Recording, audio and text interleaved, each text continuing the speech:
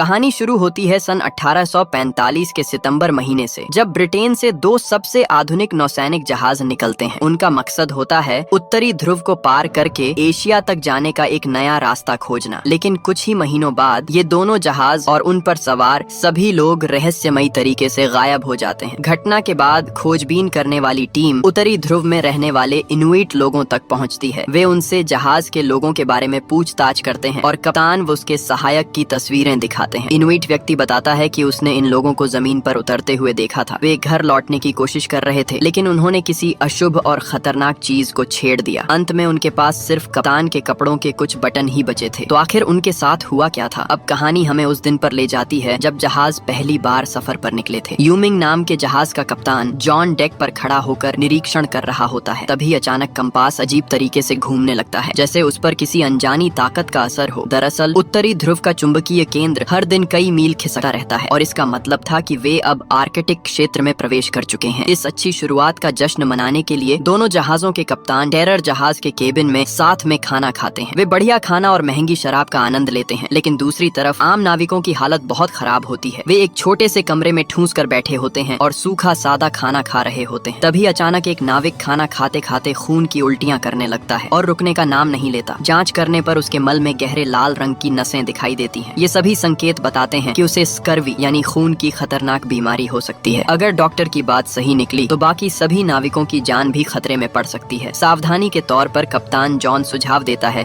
कि उस बीमार नाविक को वापस भेजकर डॉक्टर से दोबारा जांच कराई जाए। लेकिन जैसे ही दोनों जहाजों के बीच अदला बदली शुरू होती है, अचानक एक अजीब और तेज हवा चलने लगती है। टेरर जहाज का एक नाविक फिसलकर बर्फ जैसे ठंडे समुद्र में गिर जाता है और कुछ ही सेकंड में वहीं जमकर मर जाता है। ये देखकर बाकी सभी नाविक डर से कांप उठते हैं। डॉक्टर उस बीमार नाविक की जांच करता है, लेकिन उसे कोई संक्रामक बीमारी का संकेत नहीं मिलता। सब थोड़ी राहत की सांस लेते ही हैं कि तभी बिस्तर पर पड़ा वो नाविक डर से सामने देखने लगता है। उसे एक अजीब आदमी दिखाई देता है जिसका ऊपरी शरीर नंगा है और चेहरे पर एक डरावना मास्क लगा हुआ है। लेकिन जब डॉक्टर उसी दिशा में देखता है तो उसे वहाँ कुछ भी नजर नहीं आता। डर के मारे वो नाविक वहीं दम तोड़ देता है। उधर उसी समय यूमिंग जहाज का सहायक कप्तान जॉन को एक गंभीर समस्या बताता है। जहाज का पंखा यानी प्रोपेलर न तो घूम रहा है और न ही वापस खींचा जा सकता है। जहाज को फिर से चलाने के लिए कप्तान एक नाविक को नीचे जाकर जांच करने का आदेश देता है कि वह 0 से 40 डिग्री नीचे जमे समुद्र में उतरकर प्रोपेलर की जांच करे। क्लिंट के शरीर से एक रस्सी बंधी होती है ताकि खतरा होने पर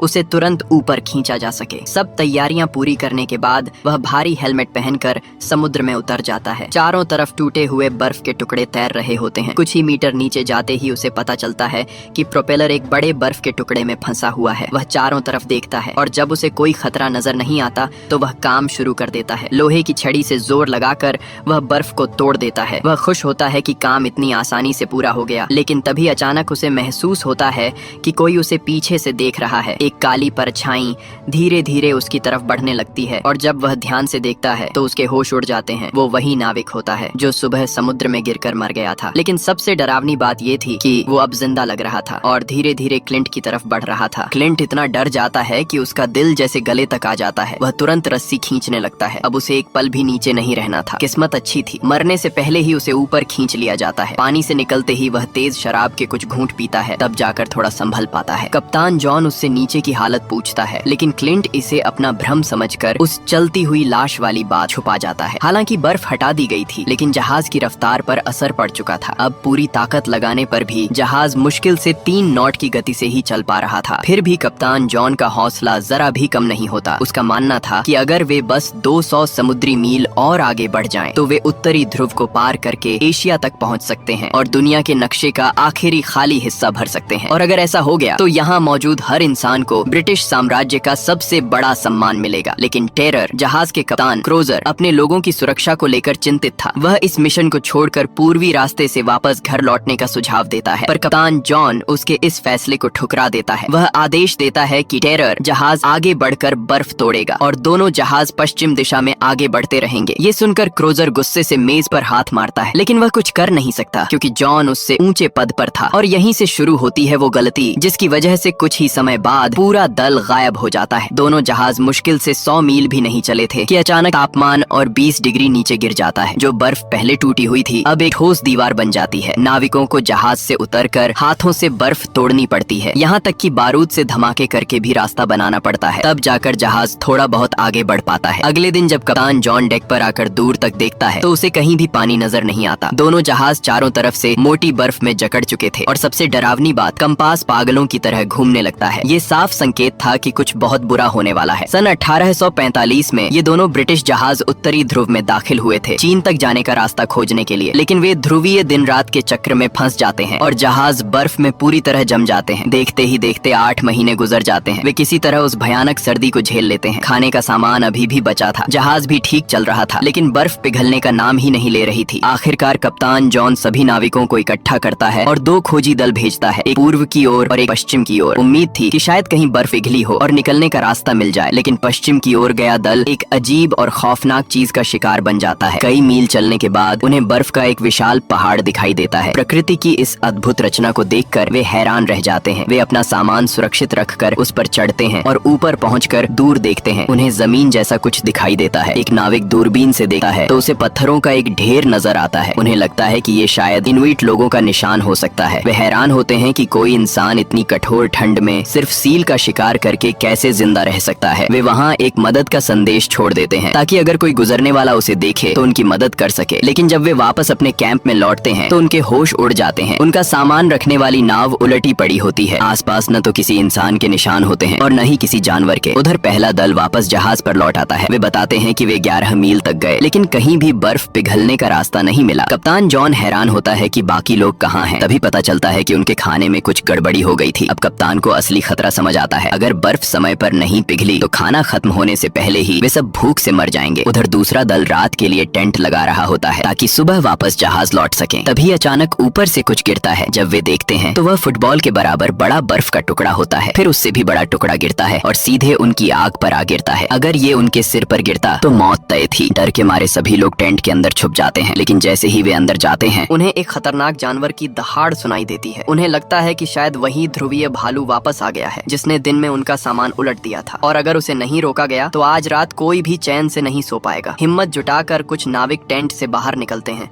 ताकि उस जानवर का शिकार कर सकें। जैसे ही एक नाविक पहाड़ी पर चढ़ता है उसे सामने एक काली परछाई दिखाई देती है। वह बिना सोचे तुरंत गोली चला देता है और वो चीज वहीं गिर जाती है। लेकिन जब वे पास जाकर देखते हैं तो उनके होश उड़ जाते हैं। उन्होंने एक बूढ़े इनुइट आदमी को गोली मार दी थी। अपने पिता को घायल देखकर हिलमैन गुस्से से चिल्लाने लगता है, लेकिन उसकी भाषा कोई नहीं समझ पाता। तभी अचानक आसमान में बिजली चमकती है और तेज गर्जना होने लगती है। हिलमैन का चेहरा अचानक बदल जाता है, जैसे उसे किसी बड़े खतरे का अंदाजा हो गया हो, और तभी उनके टीम लीडर ग्रे पर एक रहस्यमयी अदृश्य ताकत हमला कर देती है। ये सब कुछ 0 से 40 डिग्री नीचे जमे उस खतरनाक इलाके में हो रहा था। घायल बूढ़े इनुइट को वे जल्दी जल्दी जहाज यूमिंग पर ले आते हैं ताकि डॉक्टर उसे बचा सके। डॉक्टर स्टैनली कैंची उठाकर उसके कपड़े काटकर घाव देखने की कोशिश करता है, लेकिन हिलमैन उसे रोक देता है क्योंकि उसे लगता है कि डॉक्टर उसके पिता को नुकसान पहुंचा रहा है। तभी कप्तान क्रोजर, जो इनुइट भाषा जानता है, उसे समझाता है कि डॉक्टर उसकी मदद कर रहा है। कुछ देर इलाज करने के बाद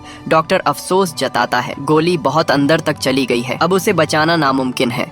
हिलमैन रोते हुए अपने पिता की जान की भीख मांगता है और कहता है कि वह अभी उन बुरी आत्माओं को काबू में करने के लिए तैयार नहीं है। ये बात सुनकर वहाँ मौजूद सभी लोग हैरान रह जाते हैं। मरने से ठीक पहले वह बूढ़ा आदमी कुछ अजीब मंत्र बोलता है। तभी हिलमैन पागलों की तरह अपने पिता को उठाकर कहता है, इन्हें बर्फ पर मरना चाहिए, लेकिन स्ट्रेचर लाने से पहले ही उस बूढ़े की मौत हो जाती है। अब कप्तान जॉन फैसला करता है कि हिलमैन को जहाज से उतार दिया जाए ताकि आगे कोई परेशानी न हो, लेकिन कप्तान क्रोजर इसका विरोध करता है। वह कहता है कि इस अलौकिक हमले की सच्चाई जानने के लिए हिलमैन को साथ रखना जरूरी है और उसे टेरर जहाज पर ले जाया जाता है। इसी बीच डॉक्टर स्टैनली दोनों कप्तानों को बताता है कि उसने अपनी आंखों से देखा, एक विशाल भालू जैसे दिखने वाले जीव ने ग्रे को पकड़कर मार डाला। वहां मिले पैरों के निशान करीब 50 सेंटीमीटर बड़े थे। हालांकि ग्रे की लाश नहीं मिली, लेकिन इतना खून मिला कि कोई भी इंसान इतने खून के बाद जिंदा नहीं रह सका। और सबसे चौंकाने वाली बात, जब डॉक्टर उस बूढ़े इनुइट का इलाज कर रहा था तो उसने देखा कि उसकी उसकी जीभ ही नहीं थी, जैसे किसी तेज चीज से काट दी गई हो। उधर क्रोजर हिलमैन से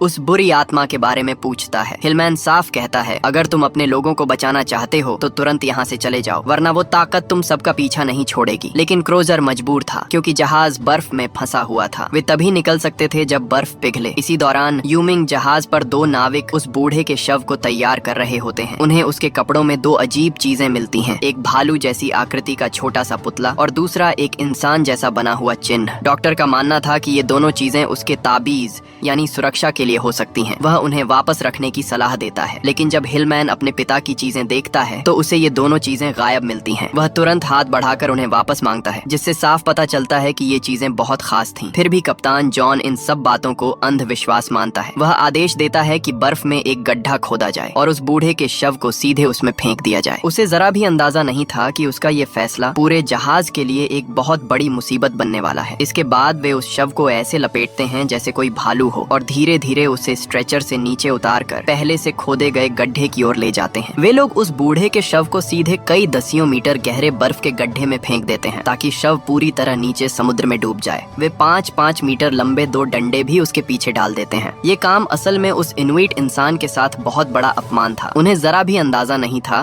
कि मरने से पहले उस बूढ़े ने एक बुरी शक्ति के साथ समझौता किया हुआ था और अब वे सब उस डरावनी ताकत के निशाने पर आ चुके थे। ये सब देखकर हिलमैन गुस्से से भर जाता है। वह जहाज से थोड़ी दूर बर्फ पर एक गोल घेरा बनाता है और वहाँ एक खास तरह का धुंध जैसा माहौल तैयार करने लगता है, ताकि उस बुरी शक्ति को अपनी ओर खींच सके। कप्तान जॉन भले ही इन बातों पर विश्वास नहीं करता था, लेकिन फिर भी वह कुछ नाविकों को आदेश देता है कि वहाँ एक छुपा हुआ टेंट लगाया जाए। वह उन्हें हिम्मत देने के लिए व्हिस्की भी देता है और साफ कहता है, अगर सच में कोई ऐसी ताकत सामने आए तो उसे तुरंत मार गिराना। लेकिन सवाल ये था, उसे बाहर कैसे लाया जाए। नाविक एक खतरनाक तरीका अपनाते हैं। वे कई बड़े चूहों को पकड़ते हैं, उनका पेट चीर कर उन्हें टेंट के बाहर लटका देते हैं, ताकि खून की गंध उस चीज को आकर्षित कर सके। कप्तान जॉन उनकी इस चालाकी की तारीफ करता है और इस खास पल को यादगार बनाने के लिए वह डॉक्टर स्टैनली को बुलाकर एक फोटो खिंचवाने का फैसला करता है। लेकिन डॉक्टर के लिए वो कुछ सेकंड जैसे सदियों के बराबर लगते हैं, क्योंकि उसने उस डरावनी शक्ति को अपनी आंखों से देखा था। जैसे ही फोटो खत्म होती है, वह जल्दी जल्दी वहाँ से निकल जाता है और उसके जाते ही अचानक टेंट के ऊपर से वो अदृश्य शक्ति हमला कर देती है। वह एक नाविक को पकड़कर हवा में उठा ले जाती है और फिर ऊंचाई से नीचे पटक देती है। वो नाविक वहीं मर जाता है। बाकी लोग घबराकर पहाड़ी की ओर गोलियां चलाते हैं, लेकिन उन्हें कुछ भी नजर नहीं आता। अब जाकर कप्तान जॉन को यकीन होता है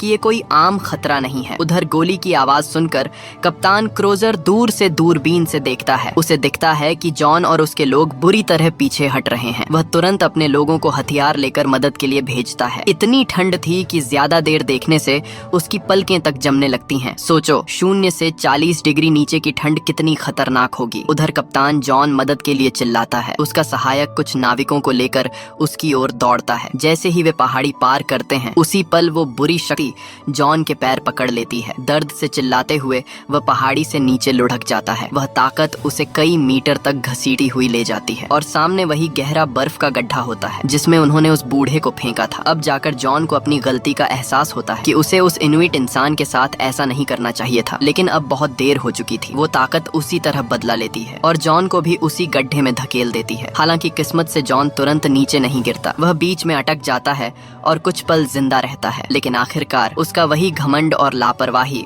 उसे मौत के मुंह में धकेल देती है। जब यूमिंग जहाज का सहायक वहां पहुंचता है तो उसे सिर्फ कप्तान जॉन के शरीर का एक हिस्सा ही मिलता है। पास ही उस डरावनी शक्ति के बड़े बड़े पैरों के निशान नजर आते हैं। वह तुरंत उन निशानों का पीछा करता है, लेकिन जैसे ही वह उस गड्ढे के पास पहुंचता है और खून के निशान देखता है, उसे समझ आ जाता है कि अब बहुत देर हो चुकी है। वह तुरंत बाकी लोगों को बुलाकर रस्सी लाने को कहता है ताकि शव को बाहर निकाला जा सके। लेकिन तब तक कप्तान जॉन गहरे अंधेरे और बर्फीले समुद्र में डूब चुका होता है और अब मरने वाला कोई आम आदमी नहीं था, बल्कि पूरे जहाज का कप्तान था। इस बार उसे उस इनुइट बूढ़े की तरह चुपचाप दफनाना इतना आसान नहीं होने वाला था। भले ही कप्तान जॉन के शरीर का सिर्फ एक हिस्सा ही बचा था, फिर भी डॉक्टर स्टैनली ने बिल्कुल भी लापरवाही नहीं की। उन्होंने पूरे सम्मान के साथ उसे साफ सुथरा तैयार किया और नौसेना के नियमों के अनुसार एक ताबूत में रखा। यूमिंग जहाज के नाविक खुद ही धीमी आवाज में गीत गाते हुए उसे विदाई देते हैं। इस मौत का सबसे ज्यादा असर उसके सहायक पर पड़ा था और सबसे ज्यादा आजादी अगर किसी को मिली तो वो था कप्तान क्रोजर। अब जॉन की मौत के बाद वही सबसे बड़ा अधिकारी बन चुका था। अब कोई उसकी बात का विरोध नहीं कर सकता था। लेकिन सच ये है कि क्रोजर कोई स्वार्थी इंसान नहीं था, बल्कि एक समझदार और जिम्मेदार कप्तान था। वह पहले भी कई बार कह चुका था कि इस मिशन को छोड़कर सबको सुरक्षित घर लौट जाना चाहिए। जॉन की याद में वह एक बड़ा शोक समारोह रखता है और जो भाषण वह पढ़ता है वो असल में ग्रे का लिखा हुआ था, वही ग्रे जो उस बुरी शक्ति का शिकार हो चुका था। सोचो, जिस इंसान ने ये शब्द लिखे वो खुद ही इस दुनिया में नहीं रहा और अब उसी के शब्दों से किसी और को विदाई दी जा रही है। इसी बीच उस बूढ़े इनुइट की मौत के बाद वो बुरी शक्ति अब किसी नए इंसान को चुनना चाहती है ताकि उससे एक नया समझौता कर सके, और इसके लिए सबसे सही इंसान था हिलमैन। वह अपने बर्फ के घर में बैठा चाकू तेज कर रहा होता है अपने पिता की मौत का बदला लेने के लिए। तभी बाहर से एक डरावनी आवाज आती है। हिलमैन समझ जाता है वो ताकत उसे ढूंढते हुए यहाँ तक आ गई है। बाहर उस चीज की भारी सांसों की आवाज गूंजती है और चारों तरफ खून के छींटे उड़ते नजर आते हैं। ऐसा मंजर देखकर कोई भी आम इंसान डर के मारे वहीं मर जाए। कुछ देर बाद जब सब शांत होता है तो हिलमैन धीरे धीरे बाहर निकलता है। चारों तरफ देखने पर उसे वो ताकत दिखाई नहीं देती, लेकिन दरवाजे के पास बर्फ पर एक मरी हुई बर्फीली बिल्ली पड़ी होती है। ये उस बुरी शक्ति का दिया हुआ तोहफा था, जिसका मतलब साफ था बहुत जल्द हिलमैन को उसके साथ समझौता करना ही होगा, चाहे वह चाहे या न चाहे। उधर कप्तान जॉन को मारने के बाद भी वो ताकत शांत नहीं होती। वह लगातार जहाज के लोगों पर हमला करती रहती है। अब कप्तान क्रोजर पर बहुत बड़ी जिम्मेदारी आ चुकी थी। उसे समझ नहीं आ रहा था कि इस मुसीबत से कैसे निपटा जाए। उसी खतरनाक ठंड में एक और नाविक उस ताकत का शिकार बन जाता है। उसका सिर फाड़ दिया जाता है और दिमाग बाहर तक दिखाई देता है। जब क्रोजर वहाँ पहुँचता है तब तक वो मर चुका होता है। वह आदेश देता है कि उसे सम्मान के साथ दफनाया जाए और खुद सोच में पड़ जाता है कि इस खतरे को कैसे खत्म किया जाए। लेकिन मुश्किलें यहीं खत्म नहीं होती। एक और नाविक उस ताकत के पीछे पीछे जाते हुए गायब हो जाता है। क्रोजर तुरंत 30 लोगों की एक टीम बनाता है ताकि उसे ढूंढकर वापस लाया जा सके। एक जवान नाविक डर के मारे अकेला जहाज पर नहीं रुकना चाहता। वह बार बार क्रोजर से विनती करता है कि उसे भी साथ ले जाए। क्रोजर उसे समझाते हुए कहता है, अपना मफलर ऊपर कर लो, नहीं तो ठंड से नाक जम जाएगी। जब वे लोग एक बर्फीली पहाड़ी पार करते हैं तो उन्हें दूर एक लाश दिखाई देती है। वे सोचते हैं कि शायद वो वही गायब हुआ नाविक है और जल्दी से उसके पास पहुंचते हैं। लेकिन जैसे ही वे उसे खोलते हैं अंदर सिर्फ खून ही खून होता है। तभी उन्हें एहसास होता है ये एक जाल था। क्रोजर तुरंत उस जवान नाविक का नाम पुकारता है, लेकिन कोई जवाब नहीं मिलता। जब वह पीछे मुड़कर देखता है तो उसके होश उड़ जाते हैं। वो नाविक गायब हो चुका था। उसे वही बुरी शक्ति उठा ले गई थी। अब क्रोजर को धीरे धीरे समझ आने लगता है ये कोई साधारण जानवर नहीं है, ये चालाक भी है और सोचने समझने की ताकत भी रखता है। और तभी एक और बड़ी मुसीबत सामने आती है। आसमान से सूरज की आखिरी किरण भी गायब हो जाती है। अब कई महीनों तक अंधेरी रात रहने वाली थी जिसमें रोशनी लगभग खत्म हो जाएगी और ऐसे अंधेरे में वो ताकत उनका शिकार और आसानी से कर सकती थी। उस जवान नाविक की मौत से क्रोजर अंदर से टूट जाता है। अब उसने पूरी तरह फैसला कर लिया। उसे नया रास्ता ढूंढने का कोई लालच नहीं है। कोई भी सम्मान या इनाम अपने लोगों की जान से बड़ा नहीं हो सकता। लेकिन यूमिंग जहाज का सहायक जेम्स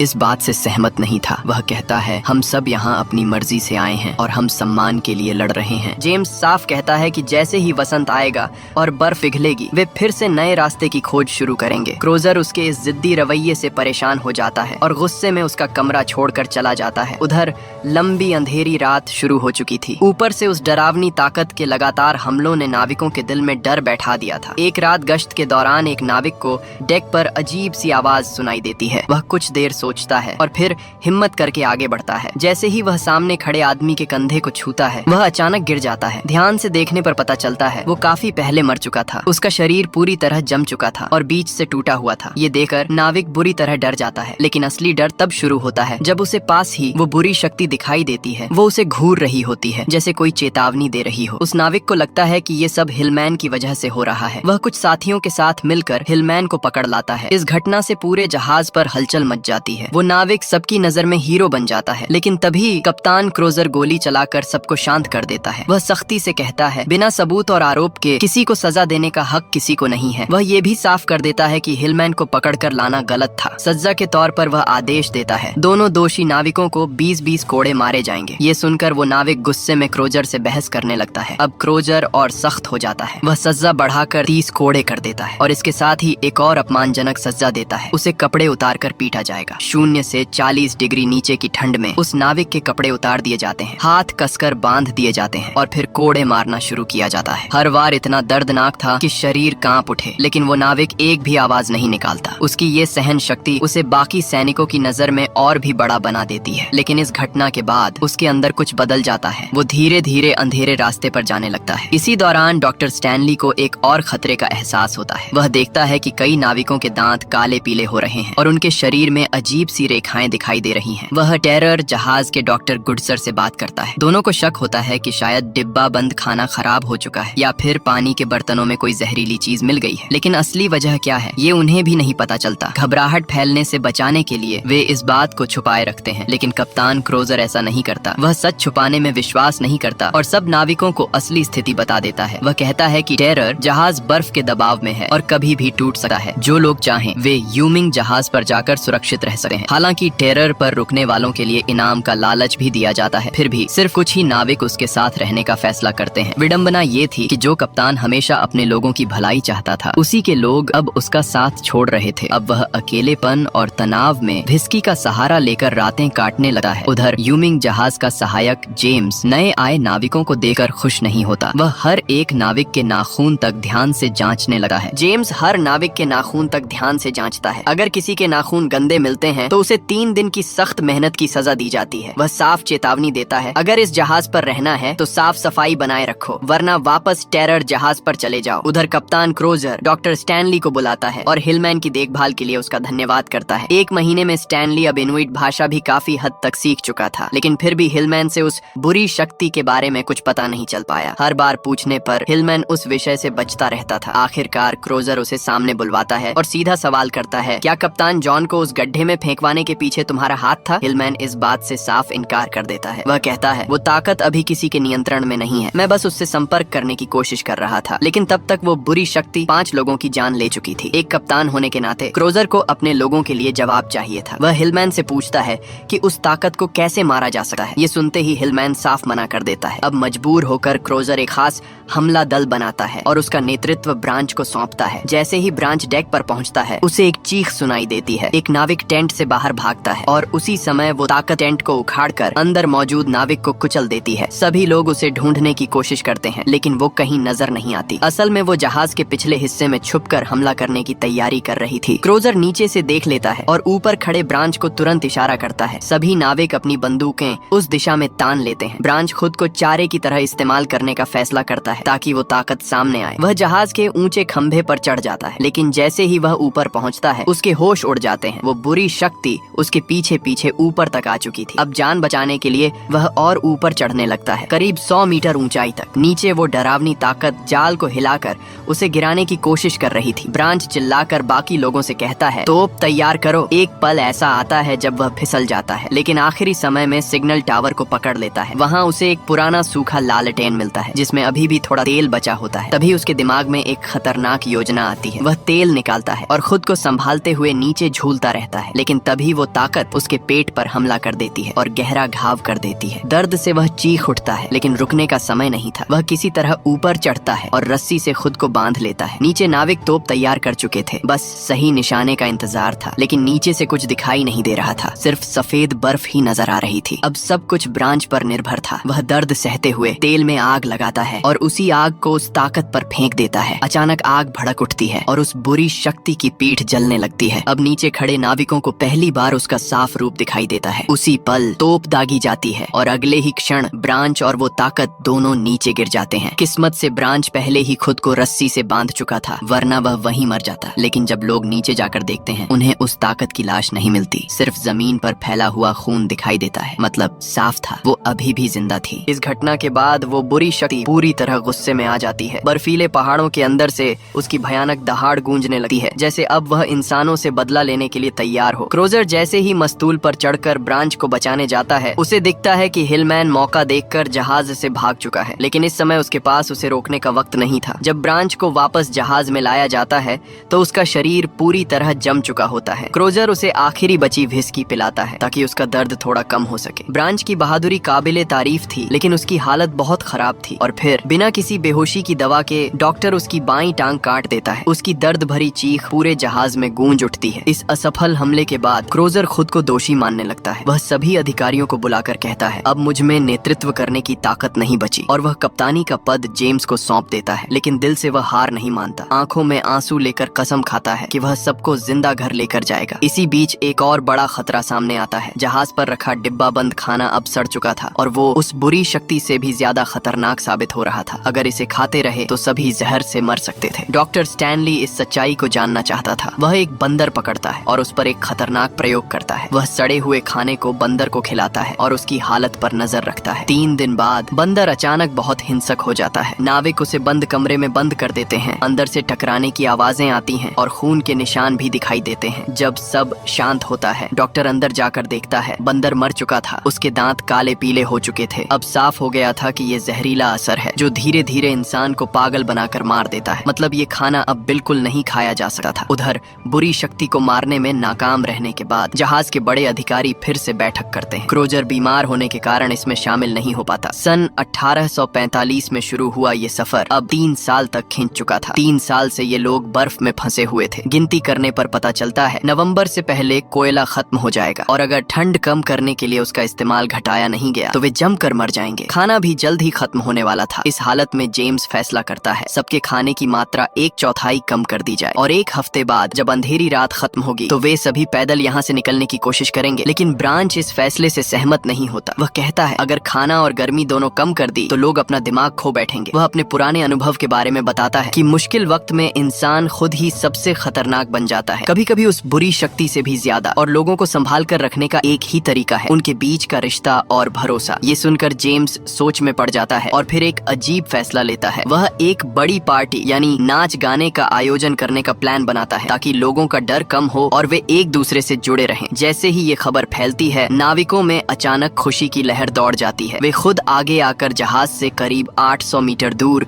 एक बड़ा टेंट तैयार करते हैं। हालांकि कुछ लोग इस बात से परेशान भी थे कि इस पार्टी में बहुत सारा कीमती सामान खर्च हो रहा है। पार्टी शुरू होती है और कुछ ही देर में माहौल पूरी तरह बदल जाता है। लेकिन तभी क्रोजर को इस पार्टी के बारे में पता चलता है। वह अपने साथी के साथ वहां पहुंचता है और अंदर जाते ही जो देखता है उसे देखकर वह हैरान रह जाता है। नाविक बिना सोचे समझे खाना बर्बाद कर रहे थे। वो नजारा देखकर बिल्कुल ऐसा लग रहा था जैसे ये लोग किसी मुसीबत में फंसे ही नहीं हैं, बल्कि मजे कर रहे हों। क्रोजर गुस्से में आकर पार्टी रोकने ही वाला होता है। तभी जेम्स उसे रोक लेता है और अपनी पूरी योजना समझाता है। क्रोजर उसकी बात मान तो लेता है, लेकिन वह अपने लोगों से सच छुपाना नहीं चाहता। वह सबको इकट्ठा करता है और साफ साफ बता देता है कुछ ही घंटों में अंधेरी रात खत्म होगी और पहली सूरज की किरण दिखेगी। यही हमारा मौका है। हमें यहाँ से पैदल निकलना होगा। अगर हम दक्षिण की ओर करीब 1280 किलोमीटर चलें तो हमें जमीन मिल सकती है। इसी बीच भागा हुआ हिलमैन ये सब सहन नहीं कर पा रहा था कि बाकी लोग उस बुरी शक्ति के शिकार बनते रहें। वह अपने पिता द्वारा सिखाया गया तरीका अपनाने का फैसला करता है ताकि उस ताकत के साथ समझौता कर सके। वह एक सील का शिकार करता है, लेकिन उसे खाता नहीं, बल्कि उसके मांस को कई हिस्सों में काटकर एक घेरा बनाता है। फिर सील के तेल से बना एक दीपक जलाता है और उसके बीच घुटनों के बल बैठकर अजीब मंत्र बोलने लगता है। कुछ ही पलों में वो बुरी शक्ति सच में उसके सामने आ जाती है, एक ऐसे राक्षस की तरह जो किसी विशाल भालू से भी 3 गुना बड़ा था। हिलमैन अपनी जीभ काटकर उस समझौते को पूरा करने की कोशिश करता है, लेकिन इस बार वो ताकत उसकी बात मानने के बजाय और ज्यादा गुस्से में आ जाती है। घायल और कमजोर हिलमैन किसी तरह वहाँ से भागता है और पार्टी वाले टेंट की तरफ पहुँचता है। जब लोग उसे देखते हैं तो हैरान रह जाते हैं। उसके बाल पूरी तरह सफेद हो चुके थे और सबसे डरावनी बात, उसकी जीभ गायब थी। तभी अचानक एक नाविक पागल हो जाता है। वह अपने ऊपर शराब उड़ेल लेता है और सबके सामने खुद को आग लगा देता है। कुछ ही सेकंड में वो जलता हुआ इंसान बनकर भीड़ की तरफ बढ़ने लगता है। ये दृश्य देखकर हर कोई डर से सुन्न हो जाता है। हालांकि आग बुझा दी जाती है, लेकिन वो नाविक वहीं जलकर मर जाता है। और इससे भी बड़ा खतरा, टेंट के बाहर आग फैल जाती है और धीरे धीरे सबको घेर लेती है। किसी तरह लोग एक रास्ता निकालकर बाहर भागते हैं, लेकिन इस भगदड़ में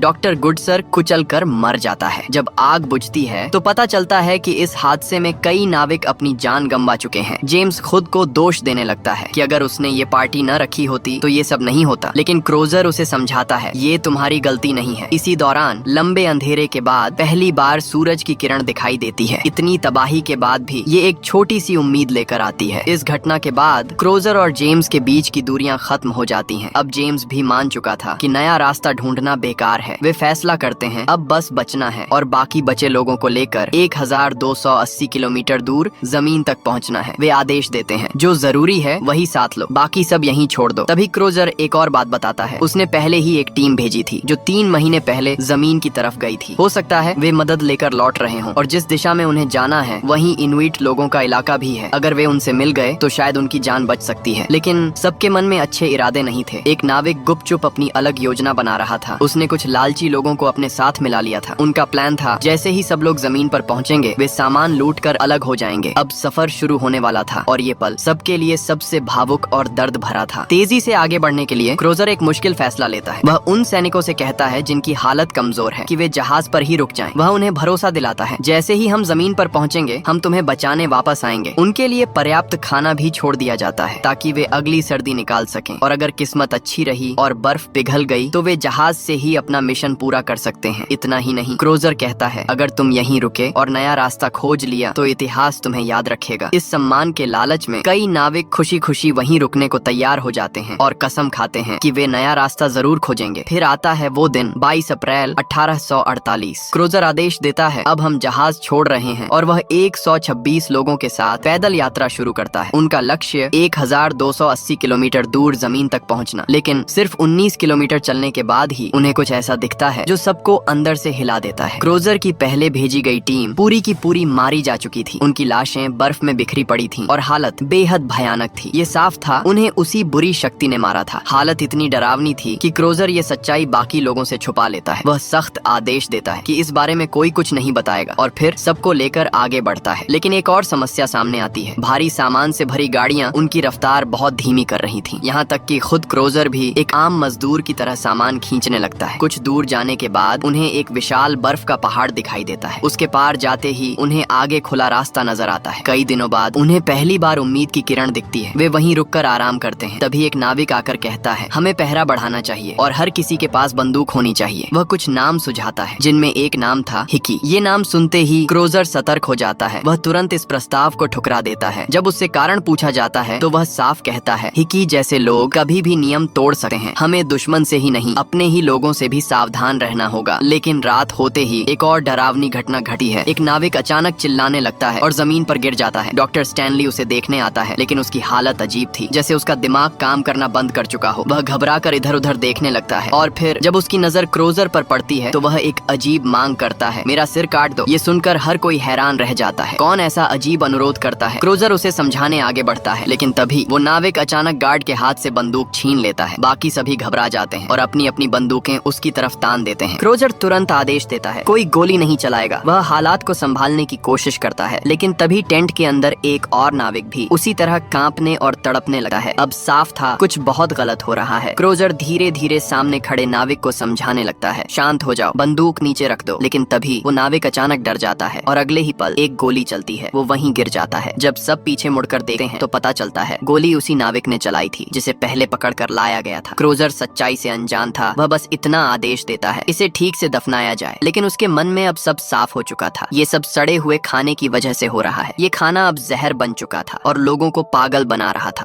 अगले ही दिन वह एक मीटिंग बुलाता है और 2 शिकार टीमें भेजने का फैसला करता है। लेकिन हर कोई वफादार नहीं था। हिकी नाम का आदमी पहले से ही कुछ और सोच रहा था। वह चुपके से 2 नाविकों को अपने टेंट में बुलाता है और कहता है जल्द ही सब लोग या तो पागल हो जाएंगे या इस जहर से मर जाएंगे। असल में हिकी को पहले ही सच्चाई पता चल चुकी थी। उसे शक उसी दिन हो गया था जब डॉक्टर स्टैनली ने हिलमैन को छुपाकर कहीं ले गया था और पिछली रात जो हुआ उसने उसके शक को यकीन में बदल दिया। अब हिकी अपना खेल शुरू करता है। वह कप्तान के कुत्ते को मार देता है और दोनों नाविकों के सामने फेंक देता है और कहता है ये 3 लोगों के लिए कई दिनों तक काफी है। अगर हम कप्तान की बात मानेंगे तो भूख से मर जाएंगे। धीरे धीरे उसकी बातों और खाने के लालच में आकर दोनों नाविक उसके साथ जुड़ जाते हैं। उधर शिकार टीम का नेतृत्व कर रहा ओवेन जानवरों की तलाश में निकलता है। वे जल्दी काम खत्म करने के लिए 2 हिस्सों में बंट जाते हैं और तय करते हैं शाम तक वापस यहीं मिलेंगे। लेकिन तभी एक पहाड़ी पार करते ही उन्हें कुछ लोग दिखाई देते हैं। वो इनुइट लोग थे जो शिकार करके वापस लौट रहे थे। उनके पास भरपूर खाना था। ओवेन तुरंत फैसला करता है यहीं रुक जाओ, मैं उनसे मदद मांगता हूँ। वह नीचे उनकी तरफ बढ़ता है। उधर बाकी नाविक खुश हो जाते हैं। उन्हें लगता है अब शायद उनकी जान बच सकती है, क्योंकि जैसा क्रूजर ने कहा था यहाँ सच में इनुइट लोग रहते हैं। लेकिन हिकी की आंखों में अब कुछ और ही चल रहा था। उसकी नजरें अचानक खतरनाक हो जाती हैं, जैसे वो कोई बहुत बड़ा और डरावना खेल खेलने वाला हो। ओवेन नीचे उतरते ही अपने दोनों हाथ ऊपर उठा देता है। इनुइट लोग भी तुरंत अपने हथियार नीचे कर देते हैं। भाषा की दिक्कत के कारण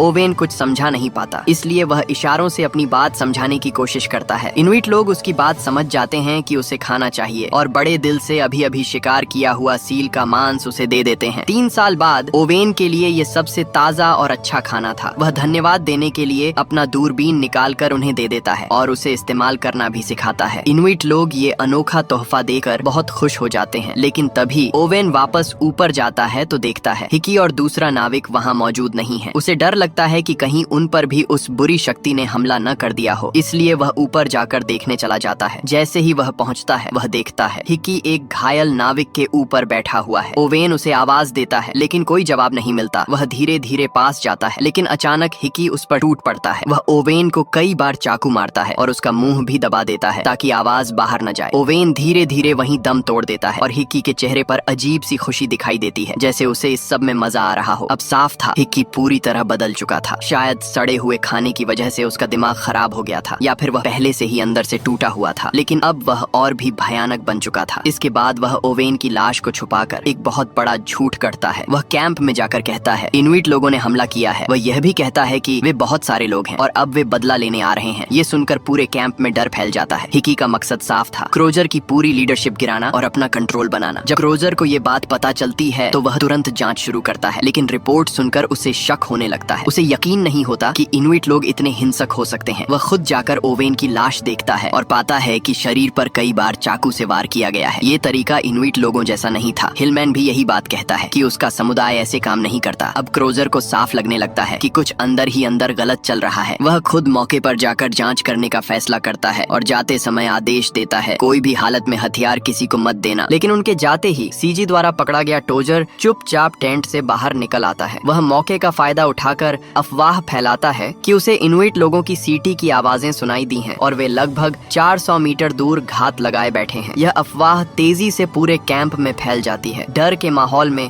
कुछ नाविक हथियारों के भंडार पर कब्जा कर लेते हैं। एडवर्ड भी घबरा जाता है और डर के कारण नाविकों को हथियार बांटने लगता है। वह जल्दबाजी में लगभग 20 बंदूकें दे देता है। इसी बीच कई नाविक घबराकर उस समूह में शामिल हो जाते हैं जो बगावत कर रहा था। उधर क्रोजर और उसकी टीम जब घटनास्थल पर पहुंचती है तो उन्हें पता चलता है कि जिन इनुइट लोगों को मारा गया था उन्हें पीछे से गोली मारी गई थी। वे सब बूढ़े, औरतें और बच्चे थे। उनके पास कोई हथियार नहीं था। उनके पास सिर्फ ओवेन का दिया हुआ एक दूरबीन और कुछ समुद्री सामान था। रास्ते में उन्हें सील मांस की एक थैली भी मिलती है जिसे वे अपने साथ कैंप वापस ले आते हैं। अपने साथियों की ऐसी दर्दनाक मौत देखकर हिलमैन रो पड़ता है। इसी दौरान जेम्स के शरीर में सड़न के लक्षण दिखने लगते हैं, जो एक गंभीर बीमारी के आखिरी चरण का संकेत था। दूसरी तरफ क्लिंट नाम का नाविक मानसिक रूप से असंतुलित हो जाता है। वह अजीब मुस्कान के साथ इधर उधर देखने लगता है और उसे हर इंसान खाने योग्य भोजन जैसा दिखाई देने लगा है। वह एक व्यक्ति पर हमला करने की कोशिश भी करता है, लेकिन लोग किसी तरह बच जाते हैं। पूरा कैंप अब बेहद खतरनाक और अराजक हो चुका था, लेकिन क्रोजर को अब भी यह सब पता नहीं था। वह अपनी टीम के साथ कैंप की ओर लौट रहा था। जैसे ही वह संकेत देने के लिए सीटी बजाता है, उसे लगभग गोली मार दी जाती है। अंदर मौजूद लोग उसे दुश्मन समझ लेते हैं। थोड़ी देर बाद जब आवाज की पुष्टि होती है, तब जाकर क्रोजर सुरक्षित अंदर आता है। कुछ देर बाद डिप्टी जेम्स आकर उसे पूरे कैंप की स्थिति बताता है। उसने बताया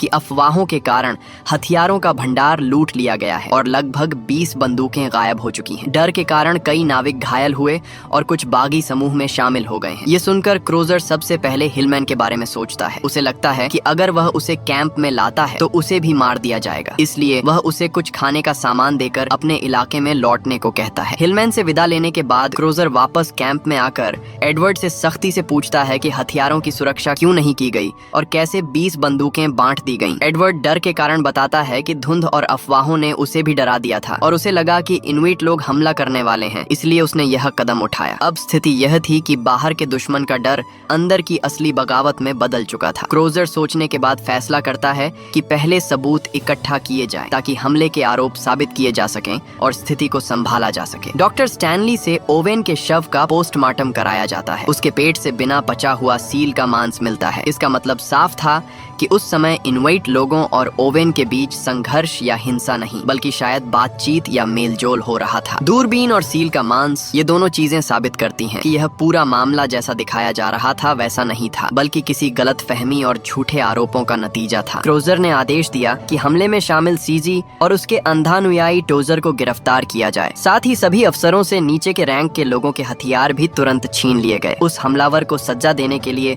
-40 डिग्री की बर्फीली आर्कटिक ठंड में एक अस्थायी अदालत जैसा मंच तैयार किया गया। जैसे ही क्रोजर सामने आकर सच बताने वाला था, टोजर अचानक बीच में ही भड़क उठा और क्रोजर पर आरोप लगाने लगा। उसने पुराने अभियान का जिक्र किया जब पहले खोजी दल की मौत हुई थी। टोजर ने कहा कि क्रोजर ने उस समय सच्चाई छुपाई थी और इसे सैन्य कोर्ट के नाम पर दबा दिया गया था। लेकिन क्रोजर बिल्कुल शांत रहा। उसने साफ कहा कि यह फैसला उसी ने लिया था और अगर समय वापस भी आए तो वह यही करेगा, क्योंकि वह नहीं चाहता था कि पूरी टीम की उम्मीद टूट जाए। उसकी बातों से कई नाविकों का भरोसा फिर से क्रोजर पर लौट आया। इसके बाद क्रोजर ने आदेश दिया कि जमीन के नीचे रखा एक थैला खोला जाए। उसमें ताजा सील का मांस था। फिर उसने बताया कि ओवेन की लाश के पोस्टमार्टम में भी बिना पचा हुआ सील का मांस मिला था, जिसकी पुष्टि डॉक्टर स्टैनली ने भी की थी। इसका मतलब साफ था, इनुइट लोग उनके दुश्मन नहीं थे, बल्कि किसी तरह उनकी मदद कर रहे थे। लेकिन सीजी ने गलतफहमी फैलाकर उन्हें आपस में लड़वाने की साजिश रची और निर्दोष इनुइट लोगों की हत्या करवा दी। क्रोजर ने चेतावनी दी कि अगर कोई अभी भी सीजी का साथ देगा तो उसका अंत बहुत भयानक होगा। लेकिन तभी धुंध के बीच से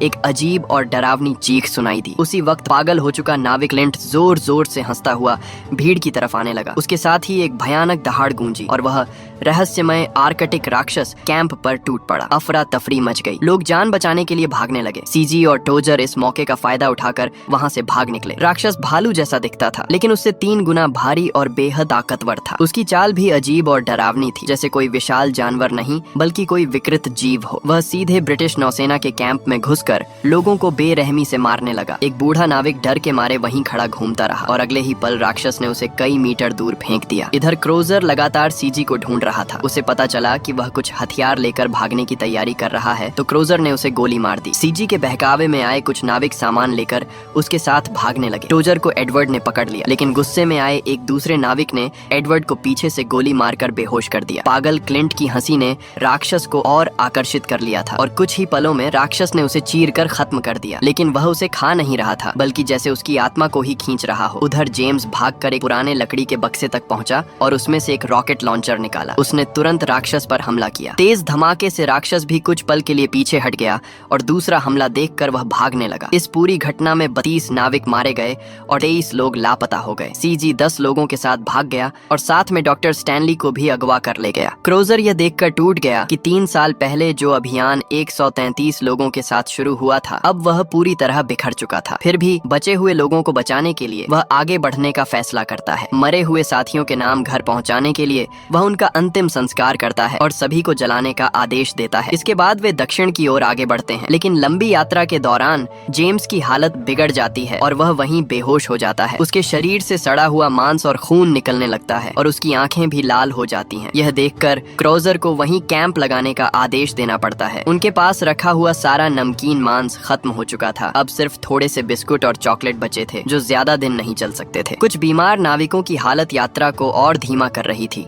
इसलिए कुछ लोगों ने सुझाव दिया कि उन्हें वहीं छोड़कर बाकी लोग आगे बढ़ें और अगर भोजन मिल जाए तो बाद में उन्हें वापस ले लिया जाए। और इसी कठिन फैसले के साथ उनकी मुश्किल यात्रा आगे बढ़ती जाती है। क्रोजर कहता है कि वह हर दिन शिकार दल भेजता है, लेकिन वे कभी भी कोई शिकार लेकर वापस नहीं आते। यह साफ था कि यह तरीका धीरे धीरे लोगों को मरने के लिए छोड़ने जैसा बन गया था। क्रोजर का मानना था कि घायल लोगों को छोड़ देना ठीक उसी तरह है जैसा सीजी गुड कर रहा था। अगर घर सुरक्षित लौटना है तो किसी चीज का त्याग किया जा सकता है, लेकिन अपने साथियों का नहीं। रात होते होते जेम्स की हालत पूरी तरह बिगड़ जाती है। वह क्रोजर से कहता है कि उसकी हालत अब आखिरी चरण में है और वह चाहता है कि उसे सम्मान के साथ मौत दी जाए ताकि बाकी भूखे लोग बच सकें। वह यह भी अनुरोध करता है कि उसकी पीड़ा खत्म कर दी जाए। ये दोनों बातें क्रोजर को अंदर से तोड़ देती हैं, लेकिन वह मजबूरी में जेम्स को शांति से जाने देने का फैसला करता है। हालांकि बाद में क्रोजर उसे जड़ देकर नहीं मारता, बल्कि उसे सम्मान के साथ दफना देता है। उसके जूतों पर उसकी मौत का समय भी अंकित कर दिया जाता है, लेकिन बाद में वही जूते सीजी के हाथ लग जाते हैं और वह उन्हें पहन लेता है। भूख से परेशान होकर वह जूतों से चमड़ा काट कर खा जाता है और इस दौरान उसका एक दांत भी टूट जाता है। एक दिन पहले आर्कटिक राक्षस ने क्रोजर के कैंप पर हमला किया था और इसी बीच सीजी अपने 10 लोगों के साथ अलग हो गया था। इस हमले में 30 लोग मारे गए और 23 लापता हो गए। इसी दौरान एक अकेला अधिकारी सीजी के समूह से टकरा जाता है। सीजी उसे अपने साथ जोड़ने के लिए पानी और भोजन का लालच देता है, लेकिन सच यह था कि वह भोजन उनके मरे हुए साथियों के शरीर से बनाया गया था। उधर एक कमजोर नाविक डॉक्टर स्टैनली के पास आता है और बताता है कि उसके पैरों में तेज दर्द है, जैसे हड्डियों में कांच चुभ रहा हो। स्टैनली जांच करके बताता है कि यह एक गंभीर बीमारी का असर है जो समय के साथ और बढ़ेगा और अंत में मौत तक ले जाएगा। तभी सीजी वहां पहुंचती है और तुरंत उस नाविक को मार देती है। फिर वह स्टैनली से कहती है कि वह शव का मांस निकाल कर खाने के लिए तैयार करे। स्टैनली साफ मना कर देता है और कहता है कि वह भूख से मरना पसंद करेगा, लेकिन अपने साथियों का मांस नहीं खाएगा। लेकिन सीजी उसे धमकाती है कि अगर उसने यह काम नहीं किया तो हर घंटे एक व्यक्ति मारा जाएगा। अंत में मजबूरी में स्टैनली 2 पैकेट मांस काटकर उसके सामने रख देता है। इसी समय क्रोजर को खबर मिलती है कि राक्षस अभी भी उनके कैंप के पास लगभग 1.5 किलोमीटर के दायरे में घूम रहा है। वह शायद फिर से हमला कर सकता है। क्रोजर सोचकर फैसला करता है कि इस बार हमला करके उसे खत्म किया जाए। योजना बनती है कि पहाड़ की चोटी पर घात लगाकर उसे फंसाया जाए और पूरी ताकत से हमला किया जाए। लेकिन ब्रांच इस योजना के खिलाफ होता है। वह कहता है कि अगर यह योजना फेल हो गई तो सभी लोग मर जाएंगे, इसलिए वह खुद को एक चारा बनाने की पेशकश करता है ताकि राक्षस को दूर ले जाया जा सके। क्रोजर पहले मना करता है, लेकिन ब्रांच अपने घायल पैर दिखाता है जो बुरी तरह सड़ चुका होता है। आखिरकार क्रोजर उसकी बात मान लेता है। दोनों भावुक होकर एक दूसरे को अलविदा कहते हैं। ब्रांच पहाड़ पार करता है, लेकिन राक्षस अभी तक नहीं आता। इसी दौरान दूरबीन से उसे एक नया समुद्री मार्ग दिखाई देता है जो चीन की तरफ जाता था। वह तुरंत इसे नक्शे पर दर्ज कर देता है और खुशी से हंसता है कि शायद यह उनकी सबसे बड़ी खोज है। लेकिन जैसे ही वह यह खबर लेकर वापस जाने वाला होता है, पीछे से राक्षस की डरावनी आवाज सुनाई देती है और फिर उसे बचने का कोई मौका नहीं मिलता। समुद्र में फंसे ब्रिटिश नाविक जो कुछ समय पहले तक जूतों का चमड़ा खाकर भूख मिटा रहे थे, अब मजबूरी में अपने ही साथियों का मांस खाने पर मजबूर हो जाते हैं। यह उनके पिछले 3 सालों का सबसे भरपूर भोजन था, लेकिन किसी के चेहरे पर खुशी नहीं थी, सिर्फ अपराध बोध और टूटन थी, क्योंकि यह मांस हाल ही में मरे हुए अपने ही साथियों के शरीर से काटा गया था। भूख और लगातार हमले के डर ने उन्हें इंसानियत की आखिरी हद तक तोड़ दिया था। इसी समय सीजी पूरी तरह बेरहम और खतरनाक बन चुका था। धुंध और बर्फीली धूप में वह किसी राक्षस जैसा लग रहा था। उसने क्रोजर को खत्म करने के लिए एक खतरनाक चाल चली। उसने अपने एक जासूस को क्रोजर के कैंप में भेजा और झूठ फैलाया कि दूरबीन से एक नया समुद्री रास्ता दिखा है जो उनके जहाज के लिए बिल्कुल सही है और कुछ ही हफ्तों में वे आर्कटिक पार कर सकते हैं। यह सुनकर क्रोजर बहुत खुश हो गया और तुरंत अपनी टीम के साथ उस जगह पहुंच गया। लेकिन वहां पहुंचकर उन्हें सिर्फ बर्फ और बंजर जमीन दिखाई दी, कोई समुद्री रास्ता नहीं था। जैसे ही क्रोजर दूरबीन उठाकर देखने लगा, वह जासूस चुपचाप भीड़ से निकलकर भाग गया। अगले ही पल सीजी के सैनिकों ने उन्हें चारों तरफ से घेर लिया। झड़प में एक नाविक मौके पर ही मारा गया। बाकी लोगों की जान बचाने के लिए क्रोजर ने एडवर्ड को हथियार डालने का आदेश दिया और खुद को सीजी के हवाले कर दिया। जाते जाते उसने एडवर्ड से कहा कि बाकी बचे लोगों को लेकर दक्षिण की ओर आगे बढ़ो, अगर हम बच गए तो बाद में मिलेंगे। क्रोजर को सीजी के कैंप में ले जाया गया जहां उसे बुरी तरह पीटा गया। सीजी ने अहंकार में कहा कि कभी वह क्रोजर के नीचे काम करता था, लेकिन अब बराबरी से बात कर सकता है। क्रोजर ने उसकी विकृत सोच का मजाक उड़ाया। तभी उसकी नजर सीजी के पैरों पर पड़ी। वहाँ जेम्स का नाम खुदा हुआ जूता था, यानी सीजी ने भूख में उसके शव को खोदकर जूते निकाल लिए थे। क्रोजर गुस्से से भर गया, लेकिन उस समय कुछ नहीं कर सका। इसी बीच स्टैनली ने क्रोजर को बताया कि सीजी के कैंप में कितने हथियार और लोग हैं। क्रोजर ने स्थिति समझकर तैयारी शुरू कर दी और स्टैनली को सावधान रहने को कहा। हालांकि उसने एडवर्ड को दक्षिण की ओर जाने का आदेश दिया था, लेकिन उसे पता था कि एडवर्ड अपनी टीम के साथ जल्दी ही उसे बचाने जरूर आएगा। लेकिन स्टैनली ने जाने से इनकार कर दिया। उसे लगता था कि उसने अपने ही साथियों का मांस तैयार करने में मदद करके बहुत बड़ा पाप किया है और अब वह भागना नहीं चाहता था। वह मानसिक रूप से टूट चुका था और उसने क्रोजर से कहा कि अगर कभी वह भी मर जाए और खाया जाए तो सिर्फ उसके पैर का हिस्सा इस्तेमाल किया जाए। क्रोजर यह सुनकर दुखी हो गया, लेकिन उसकी बात याद रख ली। इधर कैंप में बाकी नाविकों ने फैसला किया कि वे अब किसी भी खतरे में नहीं पड़ना चाहते, इसलिए वे दक्षिण की ओर अकेले निकल जाएंगे। उन्होंने बीमार और कमजोर लोगों को वहीं छोड़ने का भी निर्णय लिया। एडवर्ड पूरी तरह टूट चुका था और देखता रह गया कि उसकी टीम उसे छोड़कर चली गई। वह खुद भी अब अकेला और असहाय रह गया था। उसे भ्रम होने लगा और वह क्रोजर को भोजन करते हुए देखता है और मदद मांगता है, लेकिन कोई जवाब नहीं मिलता। दूसरी ओर सुबह क्रोजर को पता चलता है कि एडवर्ड बचाने नहीं आया। उसे तुरंत नाश्ते के लिए बुलाया जाता है, लेकिन उस दिन का भोजन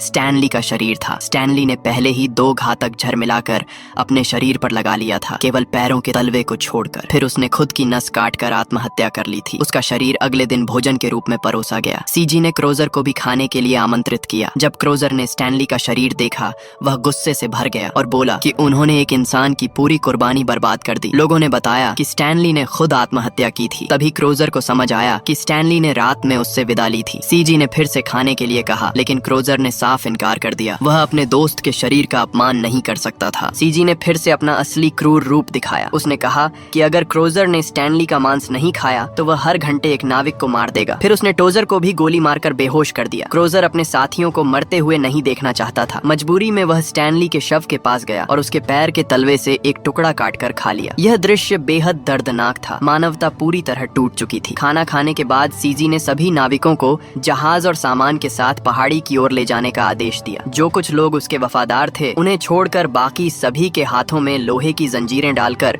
उन्हें गुलाम बना दिया गया। सीजी ने झूठ बोला कि वे यहाँ एक दुश्मन को मारने आए हैं, लेकिन असल में उसकी नीयत कुछ और ही थी। पहाड़ी पर पहुंचकर वह अचानक अपना असली सच बता देता है। असल में वह सीजी नहीं था। सच्चा सीजी एक युवा लड़का था जिसे उसने पहले ही मारकर उसकी पहचान चुरा ली थी। वह फर्जी पहचान लेकर जहाज पर घुसा था और खुद को नाविक बताकर सबको धोखा दे रहा था। शुरुआत में ही उसने ओवेन को इसलिए मार दिया था क्योंकि ओवेन को उस पर शक हो गया था। असल में वह एक खतरनाक अपराधी था जो अपने देश से भागकर नई जिंदगी शुरू करना चाहता था, लेकिन यह अभियान उसके लिए भी एक जेल बन गया। टोजर को आखिरकार समझ आ जाता है कि उसे धोखा दिया गया है और वह चिल्लाकर छोड़ने की गुहार लगाता है। इसी बीच स्टैनली का मांस खाने वाले कई नाविकों में जहर का असर दिखने लगता है और वे तड़पने लगते हैं। उधर सीजी इनुइट लोगों की तरह कुछ रहस्यमय मंत्र पढ़ता है और राक्षस को बुलाने या उससे समझौता करने की कोशिश करता है ताकि वह आर्कटिक में बच सके, लेकिन कुछ भी काम नहीं करता। अचानक राक्षस की डरावनी आवाज गूंजती है और दूर दूर तक देखने पर वह विशाल राक्षस तेजी से उनकी ओर बढ़ता दिखाई देता है। अफरा तफरी मच जाती है। राक्षस सबसे पहले एक आदमी को मार देता है। कुछ नाविक चाबी लेने की कोशिश करते हैं ताकि जंजीरें खोल सकें, लेकिन तब तक बहुत देर हो चुकी होती है। कुछ ही पलों में कई लोग राक्षस का शिकार बन जाते हैं। क्रोजर और बाकी लोग जहाज के नीचे छिप जाते हैं, लेकिन राक्षस लगातार लोगों को खोजकर मार रहा था। इसी बीच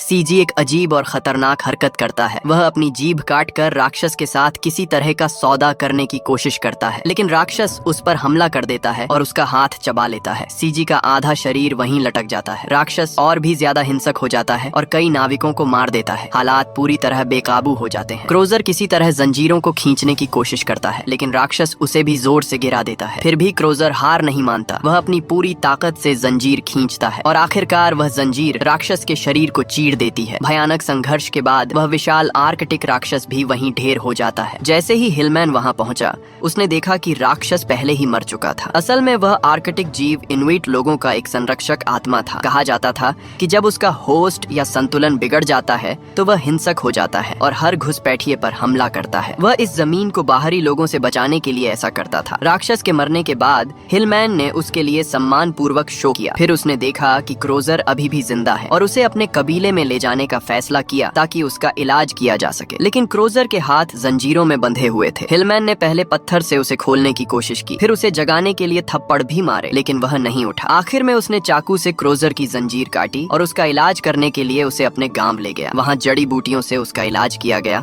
और कुछ समय बाद क्रोजर होश में आया। उसे एहसास हुआ कि उसने अपना एक हाथ खो दिया है। वह बहुत टूट गया था, लेकिन फिर भी उसने हिलमैन को बुलाया और बाकी बचे नाविकों को ढूंढने की कोशिश करने का फैसला किया। जब वे वापस कैंप पहुंचे तो वहां एडवर्ड का शव पड़ा मिला। बिखरे हुए सामान और खाली डिब्बे देखकर साफ था कि वहां क्या हुआ था। अब तक बीमारी, भूख और इंसानी लालच ने सब कुछ खत्म कर दिया था। पूरी टीम नष्ट हो चुकी थी। सिर्फ क्रोजर ही जीवित बचा था, क्योंकि उसमें अब भी कुछ इंसानियत बाकी थी। उसे वह जगह भी मिलती है जहाँ ब्रांच ने नया समुद्री रास्ता चिन्हित किया था, लेकिन अब उसका कोई मतलब नहीं रह गया था। हिलमैन उसे अपने गाँव ले जाता है, लेकिन गाँव के बच्चे उसे देखकर डर जाते हैं और छिप जाते हैं। क्रोजर समझ जाता है कि वह वहाँ का हिस्सा नहीं है। गांव का मुखिया उसे सलाह देता है कि अगर जाना है तो वसंत में जाए, अभी सर्दियों में यहीं रहे। अगली सुबह क्रोजर को पता चलता है कि हिलमैन गायब हो गया है। मुखिया बताता है कि उसने राक्षस की जिम्मेदारी ठीक से नहीं निभाई, इसीलिए उसे कबीले से निकाल दिया गया है। क्रोजर उसे ढूंढने की कोशिश करता है, लेकिन कोई भी कुछ नहीं बताता। यह इनुइट परंपरा का हिस्सा था। 2 साल बाद